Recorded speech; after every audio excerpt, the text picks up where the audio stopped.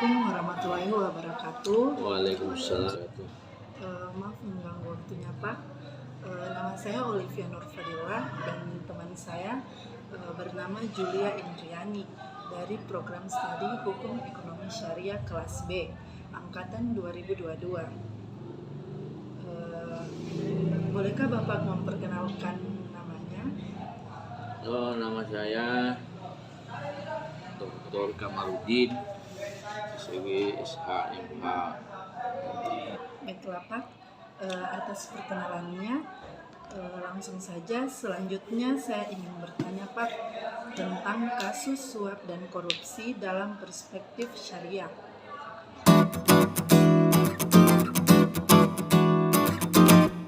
Disamakan efeknya iya, tapi kalau pengaturannya itu berbeda. Tapi karena ini perspektif hukum Islam, dalam hukum Islam itu tidak dikenal kata korupsi, tapi yang dikenal itu adalah asyari, pencuri. Jadi pencuri itu mengambil sesuatu yang bukan haknya. Jadi mau korupsi mau pencuri itu adalah sesuatu yang sama maknanya, mengambil barang. Hanya bedanya itu kalau korupsi diambil secara diam-diam, rapi, ya, lalu kemudian dimodifikasi sedemikian rupa seakan-akan itu sesuai aturan padahal tidak. Kalau mencuri kadang itu dilakukan secara paksa atau melalui cara-cara tertentu, dan hampir juga sama sebenarnya korupsi. Karena itu hasil akhirnya antara korupsi dengan mencuri sama, mengambil barang yang bukan haknya. Hanya memang kalau curi itu terkadang yang diambil adalah milik orang lain, tapi kalau korupsi mengambil barang yang milik negara, itu yang membedakannya.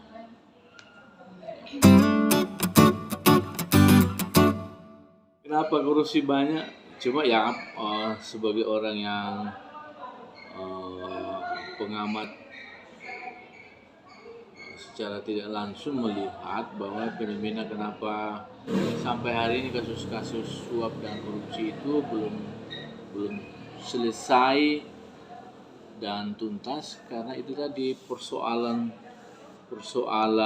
moral itu ya. Kemudian boleh jadi karena rekrutmen seseorang dalam sebuah jabatan tertentu itu memang karena ada pungutan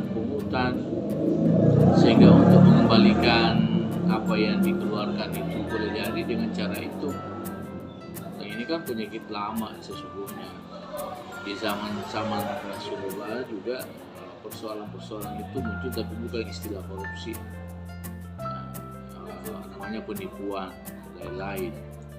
Kalau ceritanya mau dihapus, kemarin saja KPK dibentuk itu dalam durasi 5 tahun sebagai lembaga ad hoc, tapi ternyata tidak manjur. Akhirnya lembaga ad hoc itu sekarang menjadi permanen. Sesungguhnya secara regulasi ini bertentangan.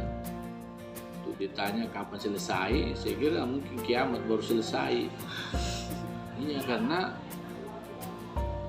pernyataan hadis itu bahwa penyuap dan disuap itu masuk neraka enggak ngaruh. Sekalipun kita ceramahkan di mana-mana bahwa penyogok yang disogok bahkan yang penghubung itu sama-sama masuk neraka, enggak ada ngaruhnya ini.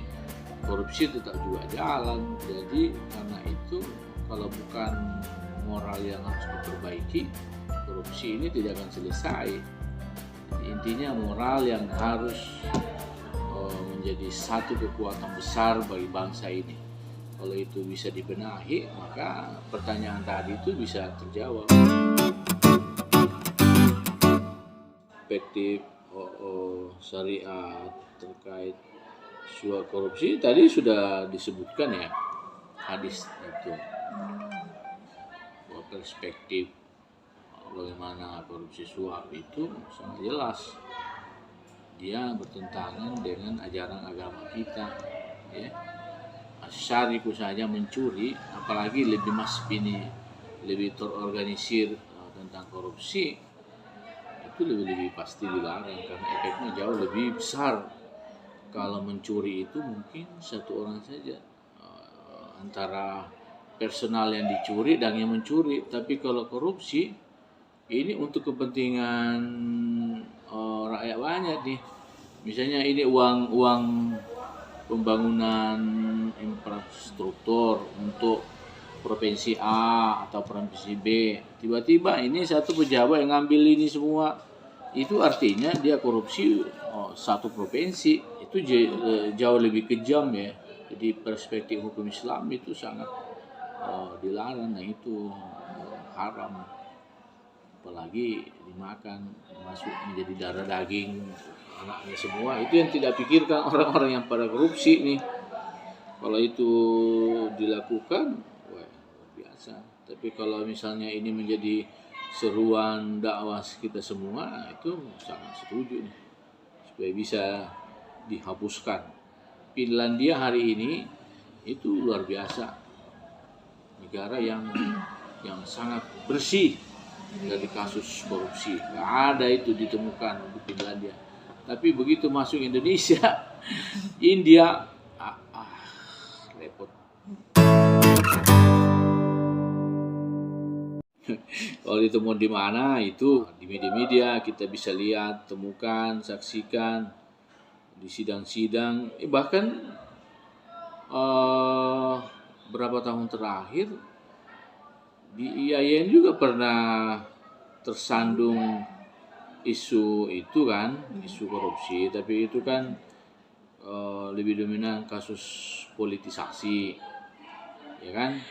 Artinya dari aspek korupsinya mungkin tidak masuk dalam kategorisasi itu ya, karena pembangunan gedung itu kan hanya dianggap markup itu kosen-kosennya harganya 15 tidak sesuai bestek.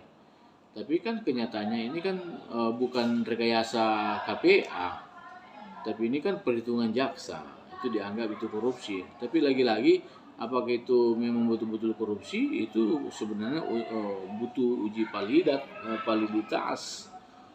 Nah itu di tempat lain saya kira banyak sekali yang bisa kita temukan, saksikan di media-media. Kalau kita buka di Google, bagaimana luar biasanya persoalan-persoalan korupsi bisa dilihat, saksikan di media. Itu tiap hari kita disebutkan kasus korupsi.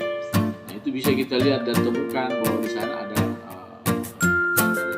perbuatan korupsi. Setiap bisa temukan di sana ada banyak informasi tentang korupsi. Itu kita harus dewasa melihat itu, karena korupsi itu boleh jadi ini dipolitisasi orang seakan itu sudah tidak. Itu sering terjadi. Ada juga yang memang betul-betul korupsi, ngambil barang negara, kasus hambalan,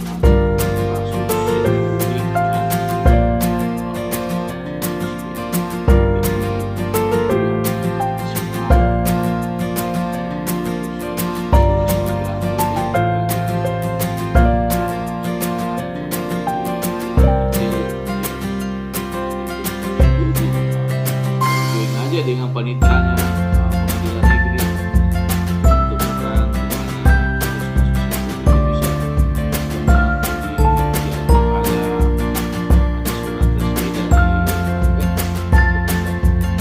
saya di Google apa sih kasus korupsi di Finlandia, itu bisa ditemukan di situ ya.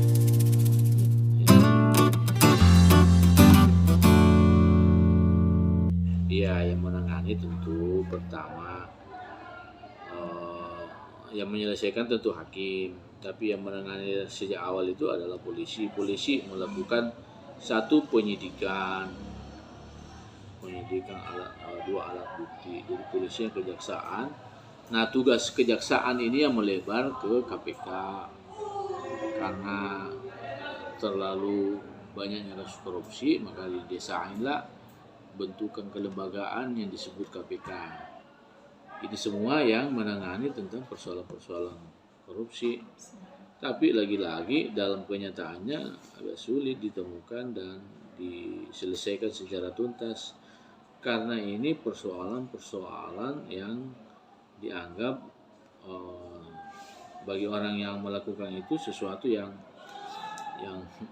yang mengenakkan. Kan coba bayangkan kalau tiba-tiba punya uang 1 triliun ya di penjara cuma setahun, masih banyak sisanya. Jadi orang berpikir tuh lebih baik ngambil banyak ketimbang sedikit karena efeknya itu. Nah, salah satu contoh konkret juga kan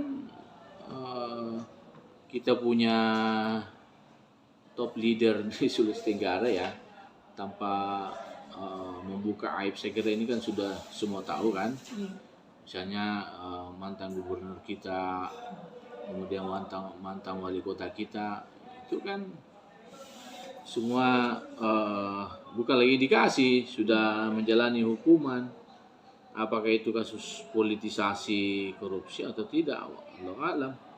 Tapi yang pasti putusan pengadilan itu sudah ingkrah, sudah diterima, bukan lagi sudah dipastikan, tapi memang sudah itulah dianggap adalah memperkaya orang lain. Jadi korupsi itu tidak mesti kita ngambil uang, tapi dengan jabatan yang kita miliki kita tanda tangan sesuatu memperkaya orang.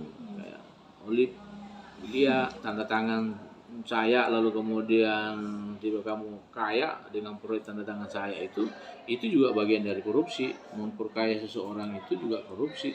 Jadi tidak mesti saya ngambil uang lalu kemudian korupsi.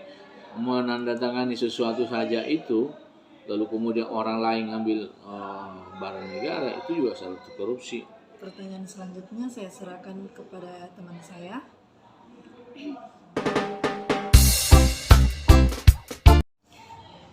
Kalau ditanya, udah lama sekali KUH pidana itu sudah ada di situ penanganan korupsi.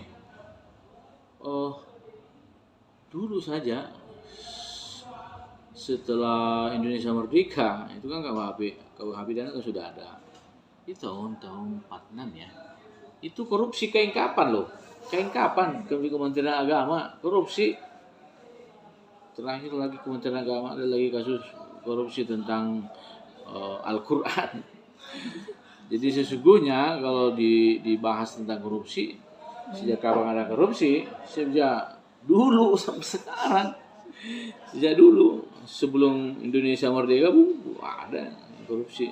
Sudah merdeka, orde baru, orde lama, orde baru, orde reformasi, juga tetap ada korupsi, ya kan? Jadi korupsi ini kayak lagu lama yang tetap awet, yang selalu dilakukan oleh orang-orang yang tertentu, yang tentu juga satu kesyukuran gini.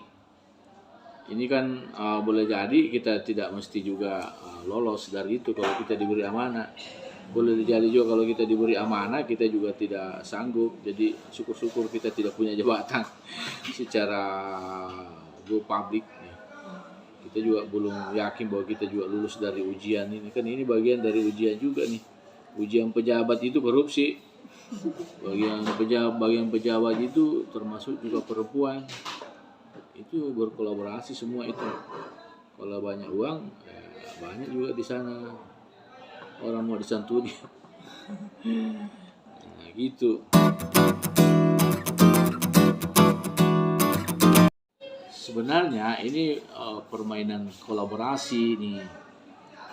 Biasanya dalam beberapa catatan itu si A ini kan terindikasi tahu, tapi bagian penyidikan itu di polisi semua alat-alat buktinya itu dikurangi, akhirnya mungkin hampir tidak ada. Ya.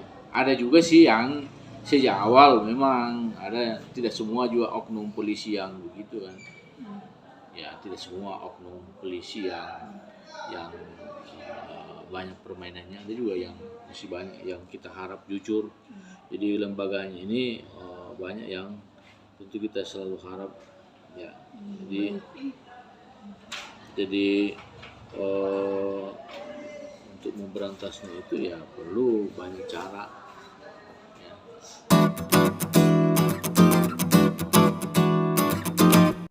Ya, tidak serta merta nih. Kan logikanya ini uang negara sudah dikembalikan loh.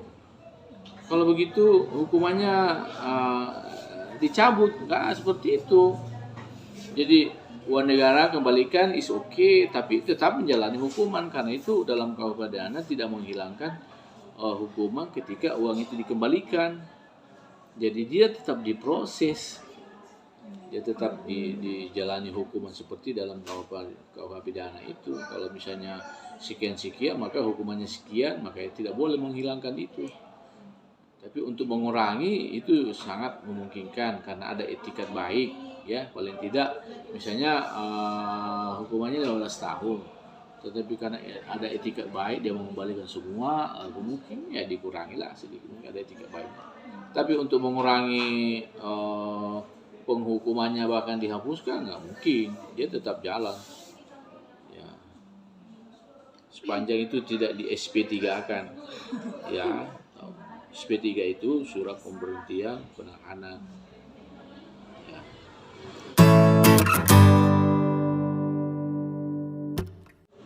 Ya tidak mungkin negara lah yang menanggung itu, ya tentu secara personal. Kalau misalnya dia korupsi, ya dia harus kembalikan sebagai konsekuensi bahwa perbuatannya itu memang dilarang oleh konstitusi negara maupun agama. Jadi untuk mengembalikannya ya harus dipertanggungjawab. Dia harus sesuai dengan apa yang diputuskan oleh pengadilan bahwa sekian-sekian. Maka tentu kalau dia tidak kembalikan ada namanya hukuman tambahan subsidiar. Biasanya 6 bulan. Misalnya subsidiar 600 juta. Lalu kemudian kalau dia tidak kembalikan, maka tambah kurungannya menjadi 1 tahun. Jadi kalau 15 tahun, tambah lagi 1 tahun. Itu 16 tahun. Jadi cara begitu untuk mengedukasi orang. Tapi lagi-lagi ini kayak kayak punya magnet ini korupsi memang. Itu tadi kayak gadis cantik. Selalu orang tertarik. Jadi antara uang dengan gadis cantik dua hal yang sama tertariknya. Karena kalau ada uang pasti ada juga gadis. Karena banyak juga yang punya banyak cara permainannya orang. Iya ya. Banyak yang ingin. Jadi ya bagusnya itu yang sederhana, yang bisa ketika kita membutuhkan sesuatu ada, tapi jangan seperti ini karena kelewatan. Ini kan mencuri namanya, ini korupsi ini. Tidak halal juga. Itu pastilah tidak halal.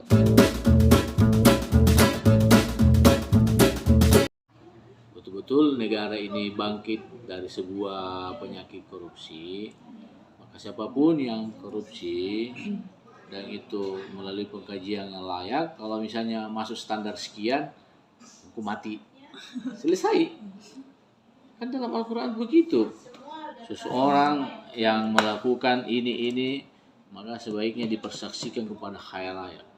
Kalau itu dipersaksikan lalu kemudian semua orang yang lewat itu menghukumnya, maka boleh jadi itu efek penjarahannya bagi yang mau berencana atau yang sudah melakukan itu, dia akan ketakutan melakukan itu. Kan masalahnya ini hari ini hukuman kita sekian jumlahnya, tapi pada akhirnya hanya sekian dijalani, ya kan? Jadi efek penjarahannya itu tidak ada di situ. Tetapi kalau misalnya terbukti sudah ingkar dan kemudian menerima putusan itu, potong tangan, ya potong tangan. Misalnya ini kan hukum pidana Islam, atau misalnya hukumannya hukuman mati, ya hukuman mati. Nah, efek penjarahannya mungkin begitu, atau selain itu efek penjarahan untuk memutuskan mata rantai korupsi itu tidak ada jalan lain. Pertama, dimiskinkan dari segala hal. Yang kedua, diamputasi. Tidak ada lagi. Kalau operasi mungkin masih bisa lagi kembali, tapi kalau diamputasi tidak lagi jalan untuk melakukan itu. Itu baru bisa jalannya bisa manjur. Tapi kalau hukuman penjara lalu kemudian sekian-sekian, keluar itu diberi kesempatan jalan lagi. Jadi memang untuk membincangkan tentang konsep penjerahan itu masih membutuhkan analisis secara mendalam. Karena solusi yang ditawarkan dalam hukum Islam itu potong tangan atau sekalian yaitu tadi dibunuh. Karena efeknya kan ini uang rakyat yang digunakan, ya, uang rakyat digunakan. Kalau mencuri itu kan hanya secara personal saja, tapi kalau uang rakyat, berapa banyak rakyat yang seharusnya dia makan uang itu, efeknya itu kan luar biasa. Karena kalau kita menggunakan logika itu, ya tentu efektivitasnya penjerahannya itu tadi hukuman mati. Kalau memang jumlah besarannya itu memenuhi layak untuk hukuman mati, ya apalagi dianggap bahwa korupsi itu adalah extraordinary, kejahatan yang akut, ya tentu tidak ada jalan lain bagi negara eksekusi mati. Selesai. Terima kasih Pak atas beberapa pendapat Bapak dan jawaban yang sangat luar biasa. Mohon maaf apabila ada salah pengucapan, salah kata dari saya dan teman saya. Kami ucapkan terima kasih. Wassalamualaikum warahmatullahi wabarakatuh. Waalaikumsalam. Utama ilmu hukumnya, karena itu banyak yang bisa dikembangkan.